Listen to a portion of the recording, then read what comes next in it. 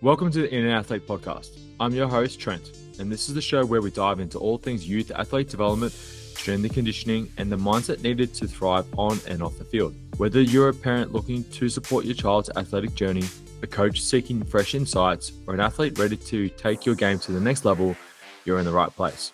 Before we jump in, make sure to hit that subscribe button to stay updated on our latest episodes. If you enjoy the show, please give us a like, share it with your friends, and help us reach even more people who can benefit from these insights. Together, we can empower the next generation of athletes to perform at their best. Now, let's get into it. As we spoke about before, it's about continuing to remind them of their strengths, of what they did well, supporting the child consistently, not based on their wins and losses. So this is a big one. I'm with you on this one. Yes, so it can... Actually, I've got a great example. Have you seen the Netflix series recently called Adolescence? No. I think a few people have. Basically, there's a scene there where the son talks about him being on the soccer field and that every time he'd go for goal and he'd miss, he'd turn around to look at his dad, but his dad couldn't look him in the eye. He'd like look to the ground and shake his head like he was super disappointed in his son. And so it's a pivotal moment where you realise that this son... It goes back to, I'm only worthy when I achieve A, B, and C. I'm only accepted, I'm only loved when I achieve whatever it is that I need to achieve. So as a parent, it's really important for us to just keep a straight face. When they kick a goal, celebrate it. When they don't get the goal, celebrate it. The child had a go. Like, that is the most important thing, is that the child has a go. And that takes a lot of courage to go for the shot, even if you've missed it, or to whatever it is that they're doing. So really be consistent and don't change your mood on their wins and losses. People have good days and bad days. It's how we respond to them that's really important. The feedback sandwich is also another thing that I advise parents to use. So often, when our kids have just finished a race, or they've just jumped out of the pool, or they've just come off the field or the court or whatever it might be, as a parent, we've just seen all these things unfold and you just want to give them feedback. You want to tell them what they need to improve on and where they could have done better. But often at that point, the child's actually highly emotional, depending on how well they've done. Even if they've done a great job, they just want to celebrate the win. They don't want to hear about what they need to do well in that moment. And so as a parent, it's choosing the right time to give feedback and always asking them, hey, could I give you some feedback? So that is the first question. So the child can decide, you know what, yes, I'm ready to take that feedback on, or no, I'm not in a space where I can take that on at the moment. So first of all, ask, are you ready to take some, can I give you some feedback? Start with what they did well. So start with what they did well. Pick something that they did well. Then in the middle, you can say to them, this is what I saw you could improve on. What do you think? Get their buy-in, and at the end it's kind of like an overall, I noticed this, and usually you finish on a positive mark, but it's talking about their overall event, process of what happened. I've actually been coaching a few, coaches that work with a lot of junior kids as well when it comes to this as well. So it's really drilling down into something that they did really well that made it had a positive outcome. And then they actually noticed potentially their mood may have shifted, or their playing performance had shifted after the fact as well. And then if it's something that you want to provide in terms of what they can improve on moving forward, the way there's a few different ways that I've actually gone about it. I've actually say, what was there any part of the game that you thought you could have done a little bit differently? So I actually put the onus back onto them, because that's fantastic. I can't get sick of just giving them feedback. Like, I know what you need to improve on, but do you realize what you need to actually do a little bit differently? It's like, and then if they can come to terms and show that level of accountability and maturity in terms of what they want to improve on or what they know they need to improve on, it's like, okay, cool. Would you let's at the next training session or in the gym, is that something you want to focus on for the next couple of weeks? Yeah. And it's like, yeah, I do. Because a lot of people, I'm saying, when it comes to training in the gym, there's certain exercises we don't like doing, but we know we need to do them, and in order to improve X, Y, and Z in our performance, whatever it may be. But we choose to neglect it and focus on the things that we tend to be pretty good at and pretty biased towards. So sometimes it's worthwhile just having, whether it's a coach or mentor or parent to actually be able to guide the individual through this, and makes it quite good. And then overall, it's like, and then you might say, the overall consistency on the court was actually quite good.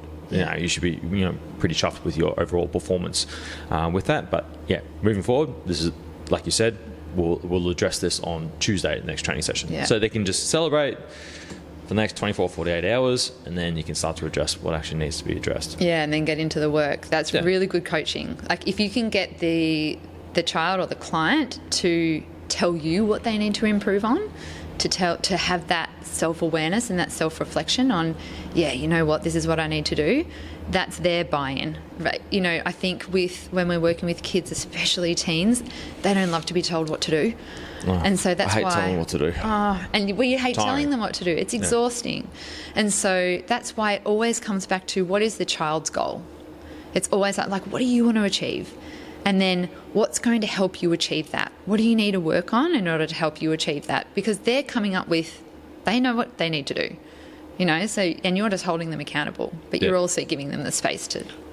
And sometimes I'll help them acknowledge with the Bentley Greens girls, one of the things is the physical contact. So I've been helping them do a lot more physical contact work, teach them how to hold their ground, not committing fouls, be able to push their opponent off the ball in a way that they're not going to get carded or give away free kicks.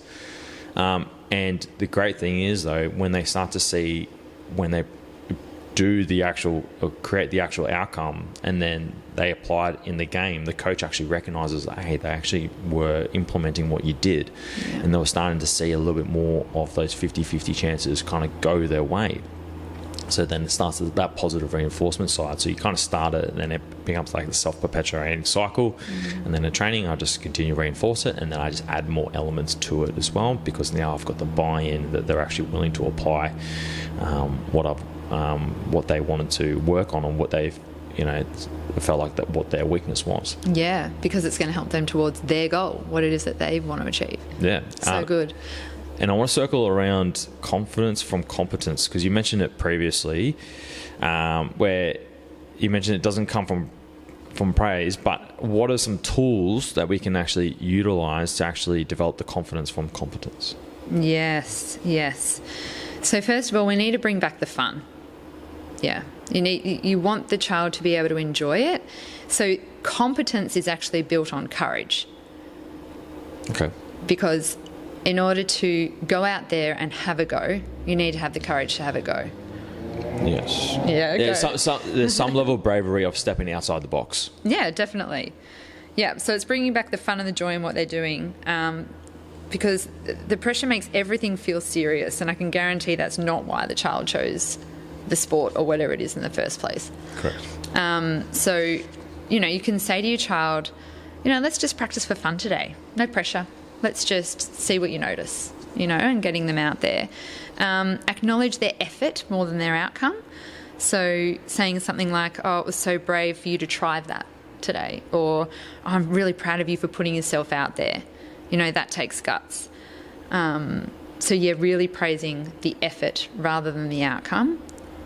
Because, of course, the more that child has the courage and can and is given the space to make mistakes, like if mistake making is okay in that child's mind, in fact, I encourage mistakes to be celebrated, because it means that they've had a good hard crack. They're giving it a go, and then potentially trying something that they don't know how to do yet. And of course, you have to do that over and over again to build the competence. And then once you have the competence in doing that thing, you will have the confidence. It's a form of problem solving. Okay. So all they're really doing is, if we give them an opportunity to say, we give them these are the rules and these are the parameters of the drill, and they might be like, I'm not doing it well, or I'm struggling with it. And I'm like, oh, okay, cool. What can you actually do different in order to achieve the outcome of the drill? What do you need to do differently? So if it's from a soccer perspective, it might be just something in terms of positioning, or the pass they play, or something very minor in order to create the actual outcome for them. So it's really just kind of like, you want to create the scenario where they have to figure out a way in order to solve the problem that is related to, you know, future performances as well. So when they are in those situations, they can recognize the pattern and execute the actual play from that as well. Yes, and this is why as a coach it's really important to not solve their problems for them. Don't give them the answers, don't tell them the outcomes. Ask the right questions so they have to work it out themselves, because that's creating the neurological pathway to be able to identify that in the future. What's the I can't remember, it was ages ago. When it comes to learning, you only learn 5% of what people hear, 10% of what what you see, and there's almost like 70% of what you teach. And then there's more in there, and I can't remember exactly, but I can't remember the stats either. But it's along those lines. Anyways, I'll have to maybe save it for next time. Anyways, and modelling is another big one.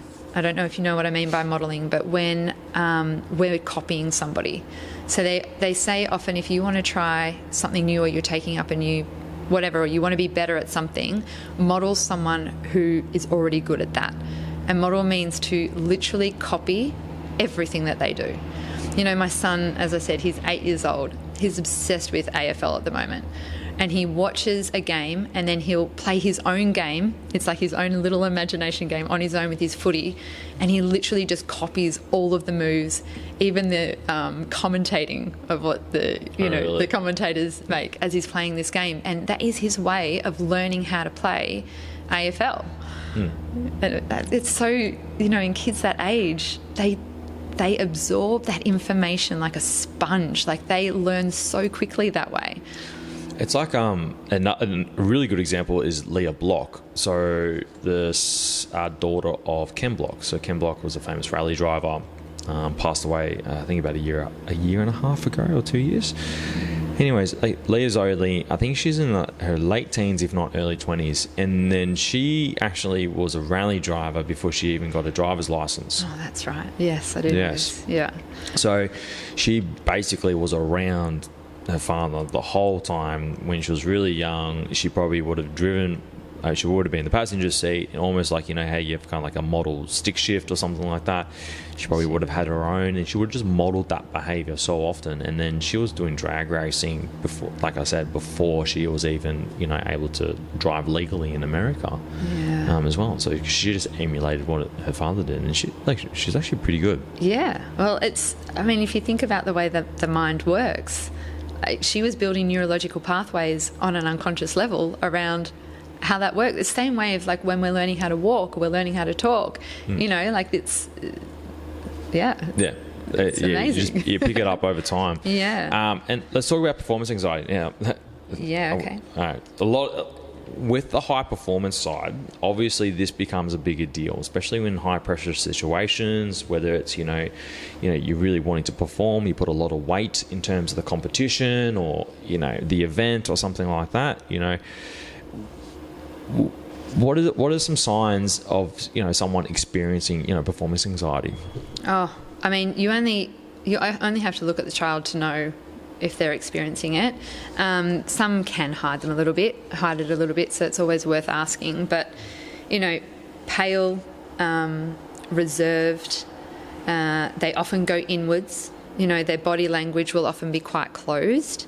They'll feel nervous, which means that often they'll go, like their mind will go blank. And so, you know, if a child's going into an exam and they're feeling these unbelievable nerves or performance anxiety, they're not going to perform to their best ability in that exam or on the field or whatever it might be. So yeah, there's some of the, I mean, and you only have to ask the child, like, how are you feeling? And they'll say, I feel sick, I feel nervous, I feel nauseous. Headache. And every part of the body is telling them, I don't want to do this. And it's all out of fear of failure. That's what it comes down to. They're just scared they're going to fail, which, you know, comes back to our previous conversation around like why it's so important to focus on our strengths, and it's okay to make mistakes, and it's more important to celebrate, you know, the action rather than the outcome, and celebrate them for having a go. Yeah, but there's many things that we can do to help with performance anxiety.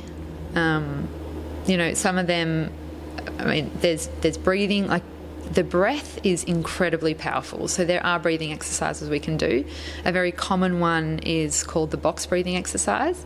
So it's breathing in for a count of 4, holding for the count of 4, breathing out for the count of 4, and holding for the count of 4, and doing that for at least a minute, and that really helps to calm down the body.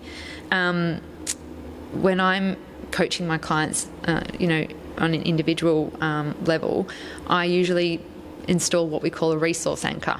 And so that is basically a place on their body that they can pinch or touch or push or whatever, and it evokes certain emotions to calm their body down.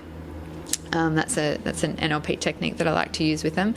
You'll often notice it if you haven't seen it before. You might notice it now if comedians coming out on stage and they're about to speak. You'll see that they might be pinching their earlobe, or they'll be pinching, that part in their hand between their thumb. Shane Gillis, he does this. So interesting. He holds the microphone with 2 hands. Yeah. He's nervous because he doesn't know what to do with the other hand. Otherwise, we'd just be almost like shaking. So he's like, everything is like hand gestures like this. It's like, come on, guys, Yeah. Yeah, that is what we call his anchor. But what I do with my clients is I get them we stack, it's called stacked anchors actually.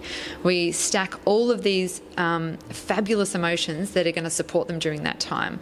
So if you think of when you're anxious, you'd rather feel calm. So we stack anchors such as feeling calm, peaceful, even excited. So it really shifts those emotions. When they press that, it brings them back to that moment, like, okay, no, this is how I'd like to feel in this moment.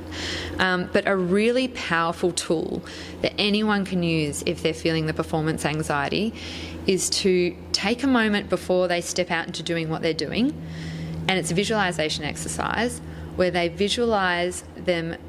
Like, you have to visualize yourself going through the entire process of what you're about to do. So say it's a football game or a 50-metre swimming, freestyle, whatever it might be. Visualize yourself doing the activity and visualize it exactly the way that you want it to go. So every single step of the way, like, for example, if you're swimming, imagine yourself stepping up on the block. Imagine yourself putting your hands down ready to dive in. Imagine what your dive is going to look like, how many kicks you're going to do under the water before you break the surface, how many strokes you're going to do towards the end of the pool, exactly what your tumble turn is going to look like. It's visualizing every single step of that process exactly the way that you want it to go.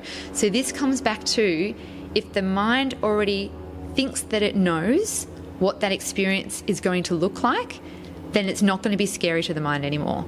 So the more you visualize that over and over again, the more familiar, that's the word I was looking for before, the more familiar your mind becomes with that outcome. So when you step up on that block to do that race, your mind's like, I've been here, I've done this, and therefore naturally the body's nervous system calms down. Yeah, it's almost like you've done the physical reps without actually doing the physical reps. Yeah. I remember there was a study done in a book that I read recently there was a group of people that could only visualise getting, so it was basketball, only visualise getting the goals in, and the other group, the study group, actually did get the goals in. So it was 30 minutes a day. Each group had to practice getting goals in, but only one group was allowed to visualise it, whereas the other group were physically allowed to do it. And when the outcomes came out, they were pretty much on par. Like, I think the study group that was visualising it was like 2 or 3 points down compared to the other one. So it's an incredibly effective tool to use. And that's actually really good when someone's actually injured as well. Oh, yes, exactly. Yes.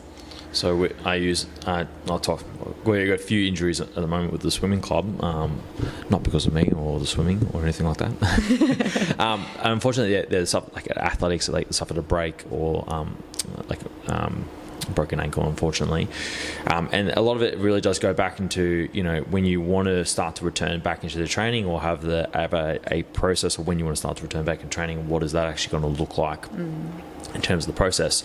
So when I have an injured athlete that actually comes in, I actually start to get to visualize, all right, this is what training is going to look like for you. We're going to be focused on X, Y, and Z, and then the next part is going to be focused on A, B, and C. So at least they've got a bit of a clear pathway, not practicing it to the same degree as someone, in that trial, but they can actually start to see what the process looks like, and it actually starts to calm the mind because they're going to be focusing on the things that they can do rather than the things that they can't do. Yeah. What I thought you were going to say is if someone's injured, it's visualizing themselves doing the action the way that they used to, because that in a way is even building the muscle memory, it's building the nervous system, that is healing their body. And that's when I start to layer in afterwards of like what swimming was like prior, because what I do is I get the competency side down first, and then you can start to layer in more the visualization side, because kids, they don't like sitting still, so you want to get them moving as soon as possible, create some competency and some confidence, again back into the pool, and then you can start to layer in more the visualization of how they want to actually swim moving forward. Great. Yeah. That's a wrap for part 1 of this episode on the Inner Athlete podcast. We've covered some incredible insights today, but there's still so much more to come. Make sure to tune in to part 2 for the rest of the conversation. If you enjoyed this episode, don't forget to subscribe, give us a like, and share it with your network to help us reach even more listeners like you. Thanks for joining me, and I'll catch you in part 2.